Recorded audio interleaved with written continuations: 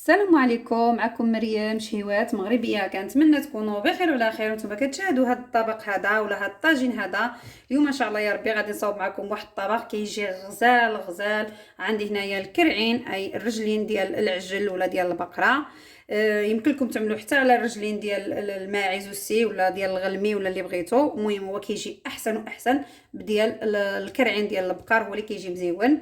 عندي هنايا هو السر د هذا الطاجين هذا، كيجي كيحمق وكيجي صراحه الله غزال. وتصراحه الله الطبق كيكون سخون، يعني كيدار في الشتوى. والطبق لنا هو يعني قديم شويه، يعني كانوا كيعملوا مواتنا وجداواتنا، يعني الطبق لنا هو قديم بزاف.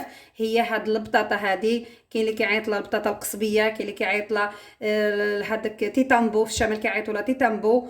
والمهم اللي هي كتجي على هذا الشكل هذا. كاينه رقيقه وكتكون بيضاء، وكاينه هيدا على هذا الشكل هذا شويه بحال اللي حمراء، شويه فيولي على هذا الكولور هذا. وكتجي غليظه رقيقه طويله على حسب. انا هذه اللي لقيت صراحه الله، هذه اللي عندنا هنايا متواجده. يعني كيف كتعرفوا في الغربه راه بزاف الحاجات يعني ما كنلقاوهمش بحال اللي كنلقاوهم في بلايص ديال المغرب.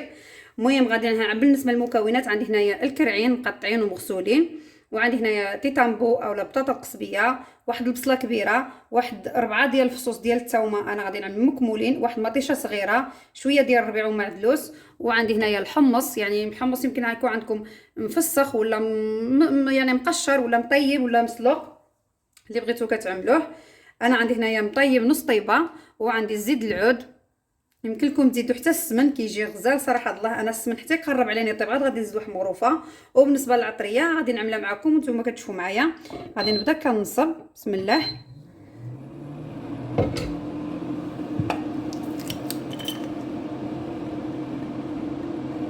كنعمل هنايا الزيت اللي بغيتو، يعني الزيت تكون زيت العود ولا نباتيه ولا اللي كتعجبكم كتعملوه. بسم الله.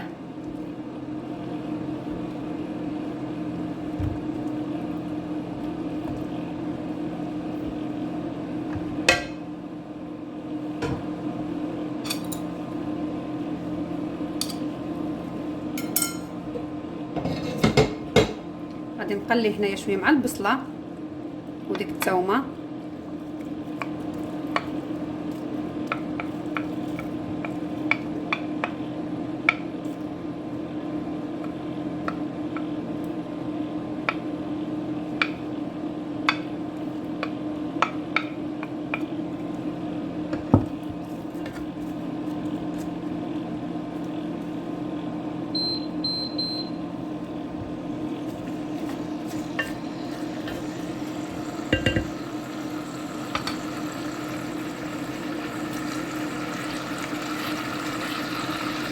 كنعمل هنايا سكينجبير، واحد مغروفه صغيره ديال سكينجبير على هذا الشكل.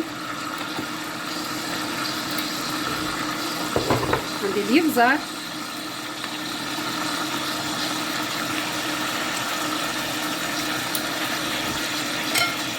عندي الكمون،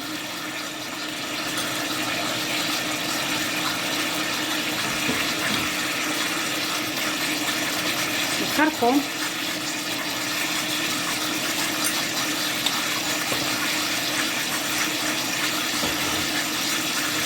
والقزبور يابس. قزبور يابس عندي 2 مغرفات صغارين، والملح.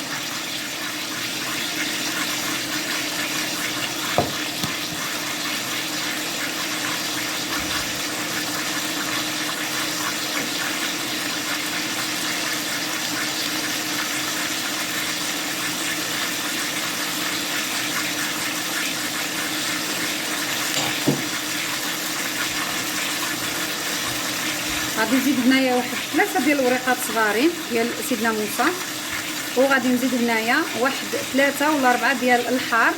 اللي كيعجبو يعملوا، اللي ما كيعجبوش ما غيعملوش. انا غادي نعمل هنايا 3 فقط كما كتشوفوا.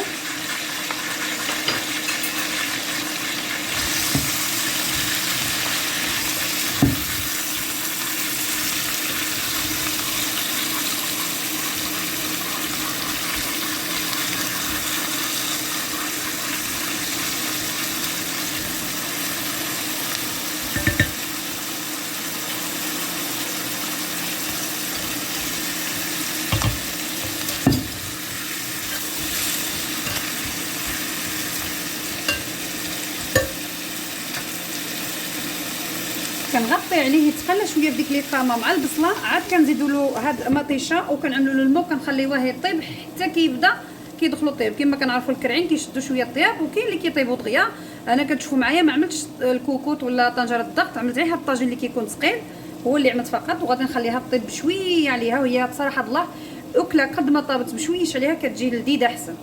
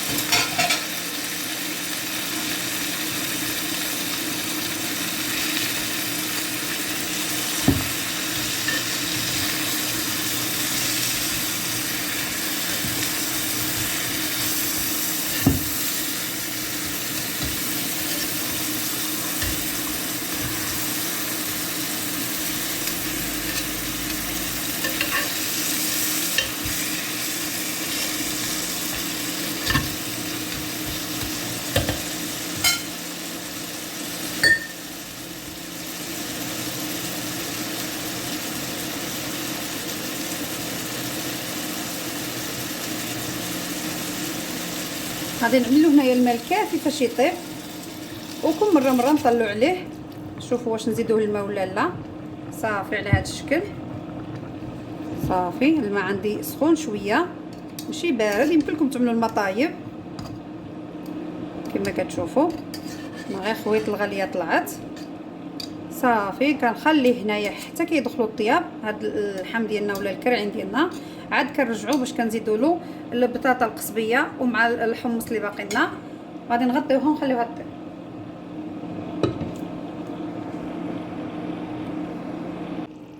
كما كتشوفوا معايا هنايا الطويجن ديالي ها هو هنايا تخلوا الطياب. دابا غادي ندير داك البطاطا اولا ديك البطاطا قصبيه. انا قطعتها هنايا غير على جوج، واللي صغيره كنعملوها مكموله على هذا الشكل فقط. صافي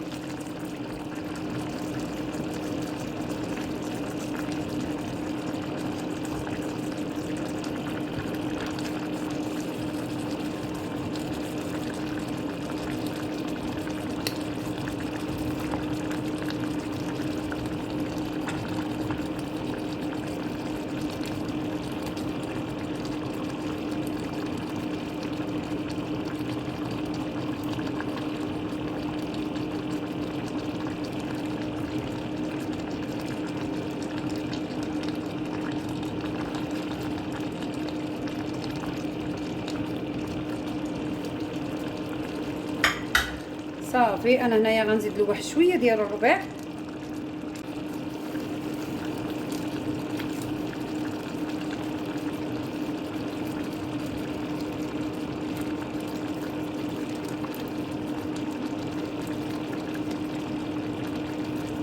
صافي على هذا الشكل هذا، وكنخليه يكمل الطياب ديالو، ومن بعد غادي نتلاقاو في الشكل النهائي كيفاش كيجي.